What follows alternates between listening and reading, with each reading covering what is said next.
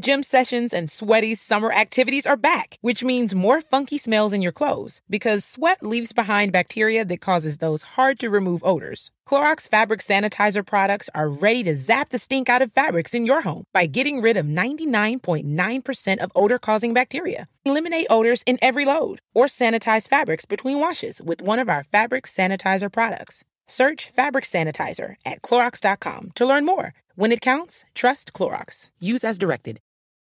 Hello, beautiful. I'm Amy Errett, founder of Madison Reed, a hair color company I named after my daughter. Experience gorgeous, lasting, high-quality hair color made with ingredients you could feel good about, with consistent results every time. It's easy to find your perfect shade. Book a complimentary video hair color consultation with a licensed colorist on madison-reed.com and get 10% off plus free shipping on your first color kit. Use code RADIO10. That's code RADIO10. You're in the place where mysteries and the missing meet, where conspiracies lurk around every corner.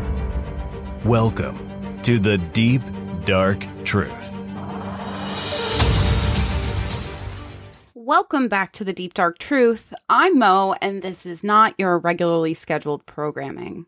Our episode on Injured Colds, part 3 of our West Virginia series, will be released on time on Tuesday the 28th, along with a new episode every week in October. Instead, this is a bit of a bonus episode, which will be unlike any episode we've ever done. Today, we're going to be talking about Gabby Petito, a case that isn't cold, it isn't closed, it's getting a lot of coverage, and it's currently unfolding every single day. So I had to pull this episode for re-recording. When I recorded this case yesterday, it was strictly a missing persons case. And as of 5 minutes ago, a body resembling Gabby Petito has been found in the area that the FBI have been searching in the Bridgerton-Teton National Forest. While official channels have expressed that they are waiting on DNA analysis, there have been a lot of statements coming out from officials who believe that it's Gabby, that have expressed that the body found resembles Gabby, that the Schmidt and Petito families have been informed, and there have also been some statements released. Charles Jones, a supervisor for the FBI's Denver office, said, "On behalf of the FBI personnel and our partners, I would like to extend sincere and heartfelt condolences to Gabby's family. As any parent can imagine, this is an incredible, difficult time for the family." The representation from the Schmidt and Petito families, lawyer Richard Benson Stafford, gave a statement, quote, "I am making a personal request to the members of the press and news media to refrain from contacting the Schmidt and Petito family. Due to today's developments, we are asking the press and news media to have some decorum and sensitivity for Gabby's family and allow them to grieve. I will be in contact with you when Gabby's family is ready to make a public statement." This is not the outcome that anyone wanted, but it is an outcome that many feared. Going forward, this will change the abilities of the police and the FBI that is mentioned later on in this episode in regards to missing persons cases. Now there are a slew of things that were not possible before. Warrants, arrests, the possibility of a crime, a cause of death, which is something that we don't have yet. A few things remain true in terms of this episode and what we want people to know going forward. There is still a large area over a period of a few days that passersby may have seen something without realizing it. And the quicker the police have that information in their hands, the quicker they can act on it. Over the last several days, every single day, a new tip has emerged in helping paint a timeline of what happened. We will likely be talking about case updates in this specific case at the beginning of our episodes in the future. So we did want to start with this mini episode of what we know so far so that listeners who haven't heard of this case or haven't heard its most recent updates have a jumping off point from those segments and they're not left in the dark. I had this entire episode recorded multiple times within the last several days, and every single time by time I went to post it, there was a new update. The information contained from this point forward can only be as good as our sources, which as always are in our link tree in the show notes. As this is a developing case, sometimes news outlets, and therefore ourselves, may get things wrong, and we will do our very best to correct them as soon as they're brought to our attention. You can email us at thedeepdarktruthpodcast@gmail.com. You can call or text the tip line at 313-355-3411. While we will pose questions about strange occurrences or possible red flags in this case, the Deep Dark Truth makes no claims to the guilt or innocence of anyone involved. For the purposes of this episode today, no crime has been committed until the police determine otherwise through official channels. When the cause of death is determined, we will be talking about that in a future episode, and things will change. Also, please remember moving forward that Gabby's parents also exist on the internet. They may see your comments. They may hear this episode. It's happened before and it will happen again. Please be mindful and respectful discussing Gabby's case. With that said, let's talk about Gabby. Gabrielle Petito was a 22-year-old woman originally from Suffolk County, New York. 5'5", 110 pounds, blonde hair, having 2 tattoos, a triangle with a flower on it, and the words "Let It Be" on opposite arms. While Gabby was originally from Suffolk County, New York, she also lived with her fiance Brian and his family for a time in Northport, Florida. Gabby loved nutrition, art, yoga, and adventure. She had recently left a job working as a nutritionist for a juicing bar and working at Publix to raise money to travel the West Coast with her fiance Brian in Gabby's van, a white 2012 Ford Transit. Planning to document their travels, including many national parks, Gabby was on the fast track to influencer status and shared her and Brian's journey on Instagram and YouTube. Gabby and fiancé Brian Laundrie left on their cross-country trip, planning to visit the West Coast and national parks, but their first stop would be to New York to see her brother TJ graduate from high school. They visited with Gabby's family and they left New York State on July 2nd, 2021. There's a period of time where they're visiting national parks, such as Great Sand Dunes National Park and Arches National Park. Gabby is being very active on Instagram, and there is a post on their YouTube channel, Nomadic Static, documenting their travels for their subscribers. The next point that is a focus happens on August 12th.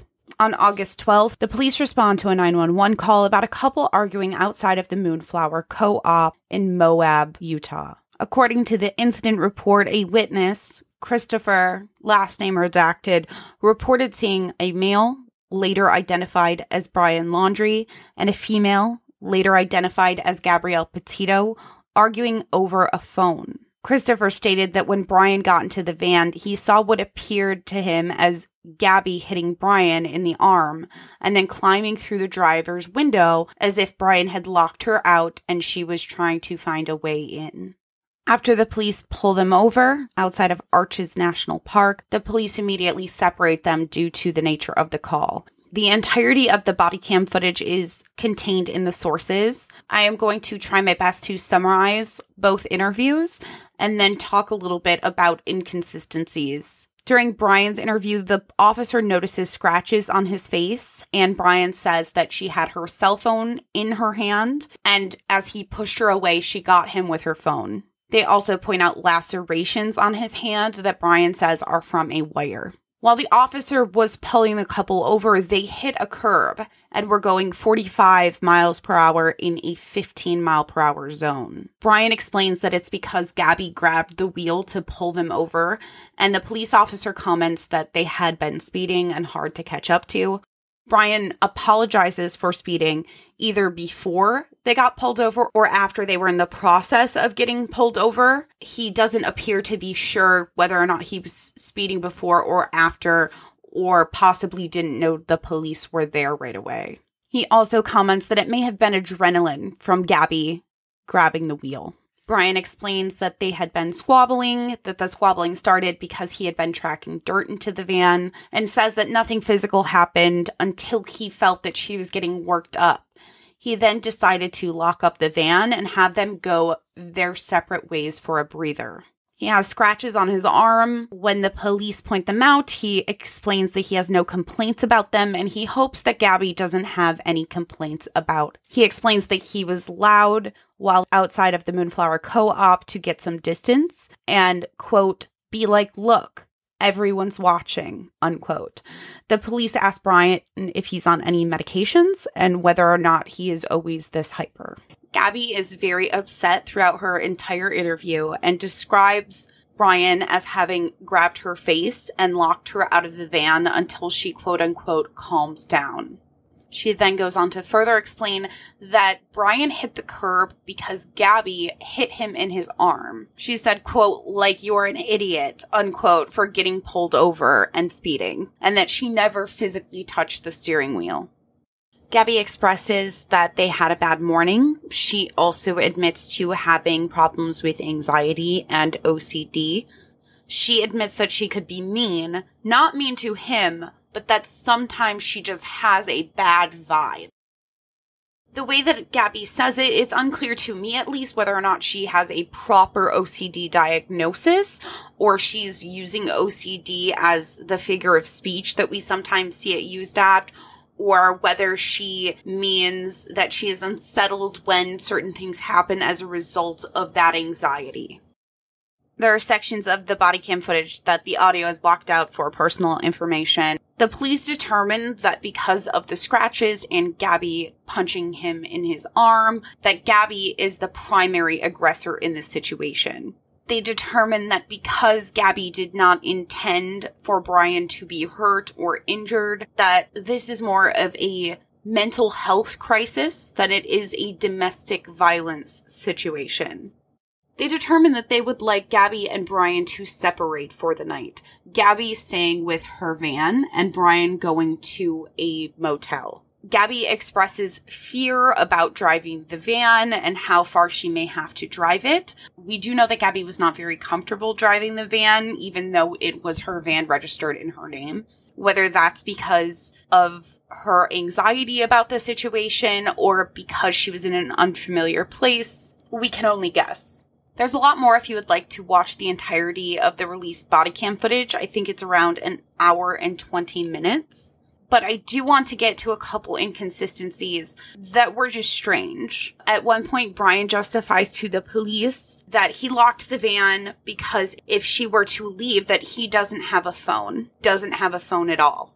Later, Brian does have a phone and Gabby has a phone as well. Gabby's phone was not the only phone between the two of them. The police officers make sure before they go their separate ways that they both have a way to contact for emergencies. Another slightly strange inconsistency, the police officer has Brian lift his shirt to check him for weapons. The officer then asks Brian, what is that in your pocket? Is it your wallet? Brian confirms, yes, it is his wallet. The police then, moments later, ask Brian for his ID. He says that he does not have his ID on him, and can he go to the van to get it? The police officer denies this request and says, just give me your name and go ahead and have a seat on the curb. But then later, Brian have his ID on him. Third inconsistency, Brian and Gabby's differing stories in regards to why Brian swerved. It is possible that Brian was trying to protect Gabby because she was hitting him. It's also possible that Brian didn't want police to know that he wasn't paying enough attention to see that he was being pulled over and that Gabby had to get his attention. There could also be other motives. The fourth inconsistency that I have found so far, there may be some that are brought up in the future, is Brian's story of locking the van and having them both go their separate ways when the witnesses Brian locking Gabby out of the vehicle while Brian is still in the vehicle. Gabby seems alarmed and scared that she's going to be left there being locked out of the vehicle. This is from the incident report from the account taken by Officer Daniel Robbins. After evaluating the totality of the circumstances, I do not believe the situation escalated to the level of domestic assault as much as that of a mental health crisis. I then determined the most appropriate course of action would be to separate the parties for the night so that they could reset their mental states without interference from one another. And although they did express a desire to remain together, they both ultimately agreed to be separated until the following day.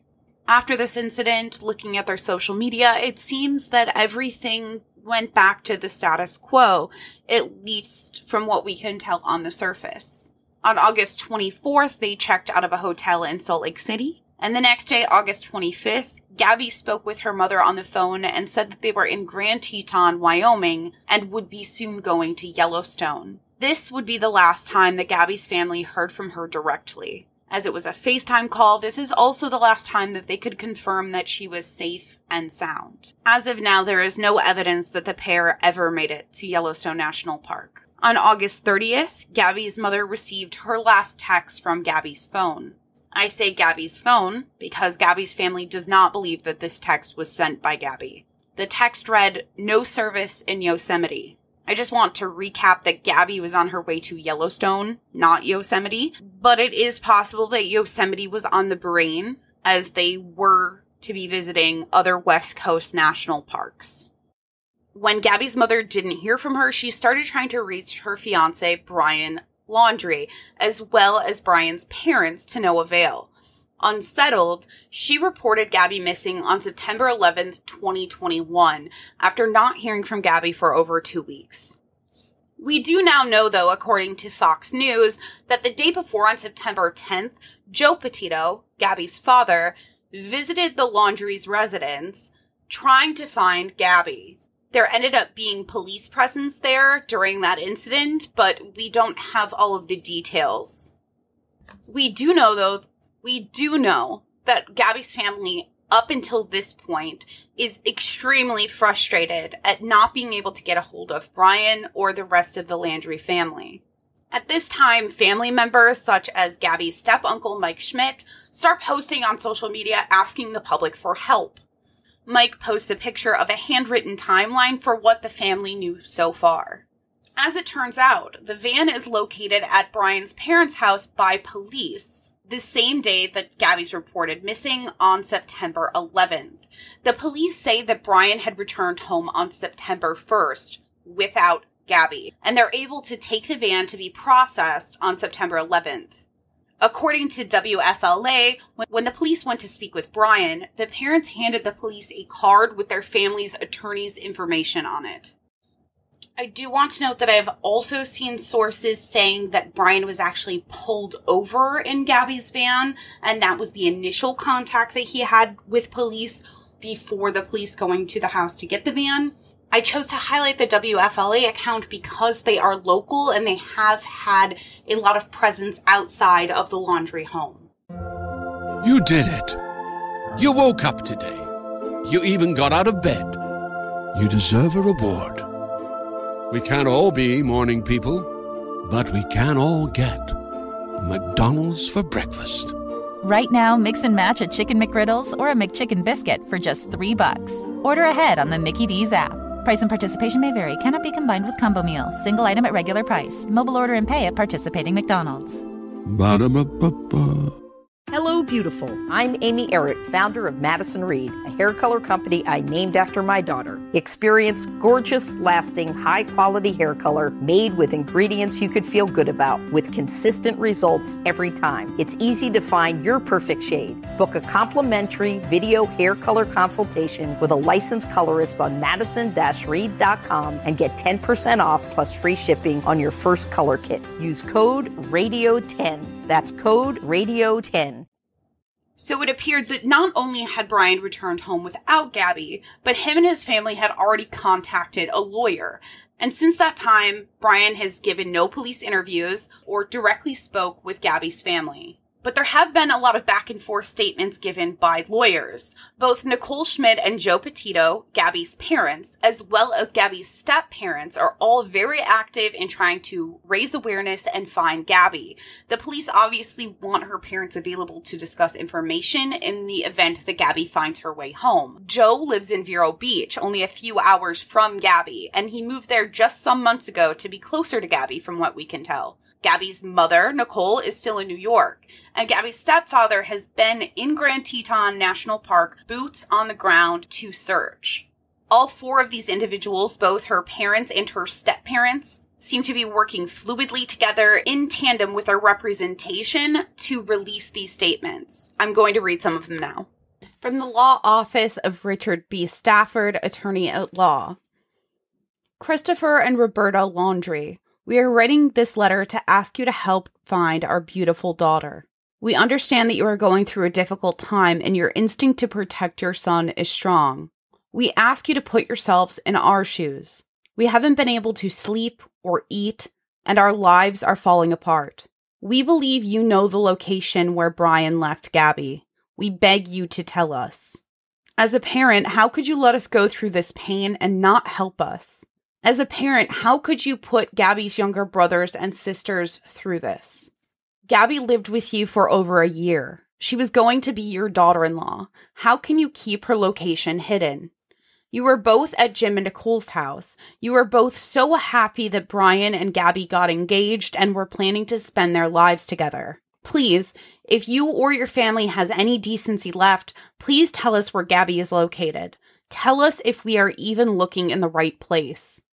All we want is Gabby to come home. Help us make that happen.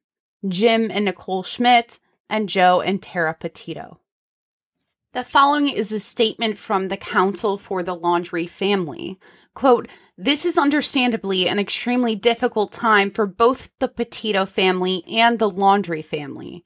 It is our understanding that a search has been organized for Ms. Petito in or near Grand Teton National Park in Wyoming. On behalf of the Laundrie family, it is our hope that the search for Miss Petito is successful and that Miss Petito is reunited with her family. On the advice of counsel, the Laundrie family is remaining in the background at this juncture and will have no further comment." From the Schmidt and Petito families. The Schmidt and Petito family are going through the worst moments of their lives. Their beautiful 22-year-old daughter is missing, and the one person that can help find Gabby refuses to help. Brian Laundrie was traveling with Gabby in the Grand Teton Yellowstone area. They were traveling together in Gabby's 2012 Ford Transit van. That is where we believe Gabby was last seen. Brian is refusing to tell Gabby's family where he last saw her. Brian is also refusing to explain why he left Gabby all alone and drove her van to Florida. These are critical questions that require immediate answers. The Schmidt and Petito family beg the Laundrie family to not, quote, remain in the background, unquote, but to help find who Brian referred to as the love of his life. How does Brian stay in the background when he is the one person that knows where Gabby is located? The Schmidt and Petito family implore Brian to come forward and at least tell us if we are looking in the right area. Another Petito family statement. Every day the search for Gabby continues, the Schmidt and Petito family becomes more desperate. They are frantically searching for answers and information in their daughter's disappearance, while Brian sits in the comfort of his home. Brian claims he wants to sit in the background while we search for Gabby in the wilderness of the Grand Teton and Yellowstone National Parks. Brian left Gabby in the wilderness with grizzly bears and wolves while he sits in the comfort of his home. In his home. Brian, how could you do this to Gabby? You selfishly remain silent while Gabby is all alone in the wilderness. Brian, your silence is reprehensible. We beg you to do the right thing and help us bring Gabby home. Brian, whatever happened in Wyoming happened. The only thing you can control is what you do now. Tell us where Gabby is. You tarnish your love for her with your silence. Unquote. Another statement from the counsel for the Laundrie family. Quote, many people are wondering why Mr. Laundrie would not make a statement or speak with law enforcement in the face of Miss Petito's absence. In my experience, intimate partners are often the first person law enforcement focuses their attention on in cases like this, and the warning that, quote, any statement made will be used against you, unquote, is true, regardless of whether my client had anything to do with Miss Petito's disappearance. As such, on the advice of counsel, Mr. Laundrie is not speaking on this matter. I have been informed that the Northport, Florida police have named Brian Laundrie as a person of interest in this matter. This formality has not really changed the circumstances of Mr. Laundrie being the focus and attention of law enforcement, and Mr. Laundrie will continue to remain silent on the advice of counsel. These statements happen over the course of several days, but for now, I want to hone in on now September 16th. On September 16th, Northport Police Chief Garrison said in a press conference, quote, 2 people went on a trip, 1 person returned, and that person that returned isn't providing us any information, unquote. The next day, as of Friday, September 17th, Brian Laundrie's whereabouts are unknown. Josh Taylor with the Northport Police Department spoke with WFLA Friday night and said that prior to this, police were given information that Brian was still in the home. Now is the time to note that Brian is a person of interest, not a suspect, therefore he can move freely. They do not have enough evidence to charge him with anything at this time. Leading up to this, the police were trying to get a hold of Brian and his family for 6 days when the Laundrie family contacted them saying that they would like to communicate with police. The police went to meet with the Laundries at their home and Brian was not there. Sources such as CNN and Fox News has cited that the family's last interactions with Brian happened on Tuesday, September 14th. During WFLA's live footage that they were broadcasting on social media, the police are seen examining the contents of a silver Ford Mustang convertible, but only for a few moments. Reporters frequenting the scene said that the car appeared on Wednesday morning and it had not left since. During the live show, police officers were also recorded coming out of the house to get brown paper bags that are oftentimes used for evidence, but that is just speculation at this point. There is also the possibility that because of the large crowds that were outside the Laundrie family's home at this time, that the Laundrie family asked police to get something out of the car. Many people outside of the Laundrie family home were yelling, "Bring him out. She deserves answers. Come out. Where is Gabby?" and other similar phrases before knowing that Brian was not in the home. What is interesting at this time is that people and reporters have been camped out in front of the home, and as of this second at least, no one has publicly come forward and been verified to have seen him leave. Following this, Gabby's stepfather, Jim Schmidt, told CNN, quote, "It is the first time we're hearing it," unquote, and, quote, "I'm very caught off guard about hearing what we just heard," unquote. Brian's attorney even made a statement on Friday as well, saying that he doesn't know where Brian is either. Quote, "Be advised that the whereabouts of Brian Laundrie are currently unknown. The FBI is currently at the Laundrie residence, removing property to assist in locating Brian. As of now, the FBI is looking for both Gabby and Brian," unquote. Chief Garrison also posted to Twitter saying the conversation at the Laundrie home is complete. Once we have details, a statement will be made. We ask for calm, unquote. Brian's sister Cassie Laundrie gave an interview that aired earlier in the day saying that she had not in fact spoken with Brian at all since Gabby went missing. According to ABC News, Laundrie's family contacted the police because they became, quote, "concerned about his whereabouts," unquote, and they wanted to file a missing persons report. The representation of the Petito and Schmidt families, however, had this to say. All of Gabby's family want the world to know that Brian is not missing. He is hiding. Gabby is missing, unquote. A sentiment that has been echoed on social media and by the news. Gabby's family is understandably upset that potential resources are being used to find Brian, as opposed to Gabby, who could possibly be in physical danger. And now, as of recording this, 50 law enforcement officers from 5 different agencies, which include the Northport Police Department, have begun searching the Carlton Reserve, which is a 25,000-acre park in Venice, Florida, for Brian Laundrie. So now let's talk about what's being done and how police are making headway. Police took the van for potential evidence, which is currently being analyzed. They are sorting through financial and electronic data, according to a statement made by Police Chief Garrison during an interview with Good Morning America. They have secured surveillance video from many locations, and they've made a point that they are not releasing everything they know for the good of the investigation.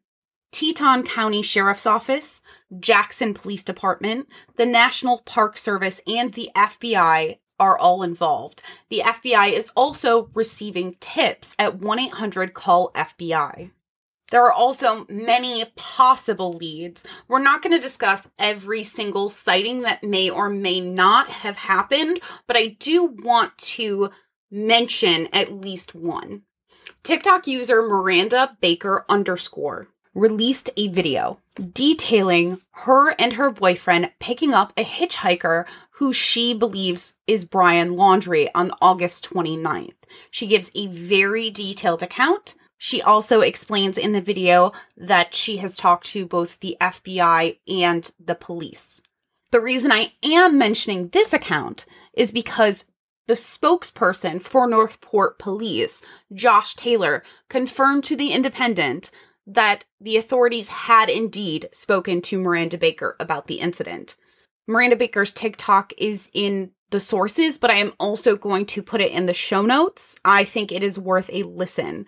This brought up for a lot of people the question of if Miranda and her boyfriend had indeed given Brian a ride, is it possible for Brian to have made it back home to Northport within the 48-hour time period of September 1st? I'm going to say that that is absolutely possible. 100% possible. I have made a trip similar to that with only one person driving the vehicle. We also have to think about the possibility that Brian did not, in fact, come home September 1st. While the police have said that Brian came home September 1st, they very well could be letting us and Brian believe that they believe that statement, even if they have evidence to the contrary. But for the purposes of the actual timeline and what has been quote-unquote confirmed so far, it is possible for Brian to have made that 34-hour driving period of time within 48 hours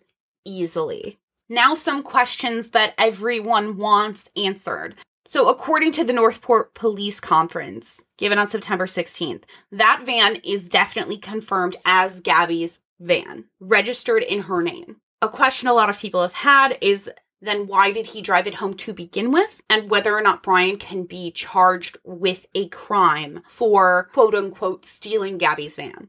It appears that under Florida law, he cannot be charged with a crime. Whether that is because he was the primary driver, because that was technically his place of residence, or because Gabby is not here to be able to file a police report on a stolen vehicle, I don't know. It could be all of those reasons. It could just be one of them technically. Also, it is a little bit unclear as to at what point Brian and or his family contacted the lawyer, because it is possible that Brian's family just has a specific family lawyer that they go to, and therefore the family would have given the police that lawyer's contact information. That doesn't necessarily mean that they went to the lawyer ahead of time with any kind of story or for any particular reason. This could just be a situation where that is their family lawyer and their instinct was to direct questions through a legal entity, which is the smart thing to do. We talk about it here all the time.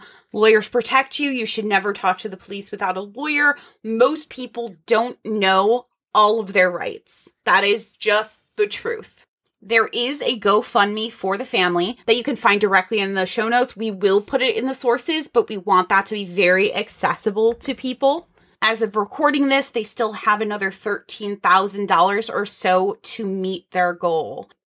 With the newest update, if the body found today is confirmed to be Gabby Petito, the family will need money for funeral expenses, so please donate if you can. And that's what we know so far. Several updates are coming out every single day. Some of them are unconfirmed sightings. Some of them are possibly confirmed sightings. As the police verify that they have spoken with those people, we will start adding moving forward.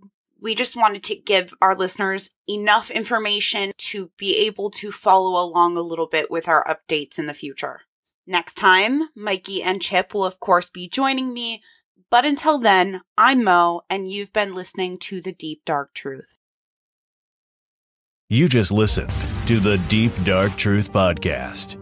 See you next time. And remember, your local cryptids want to meet you.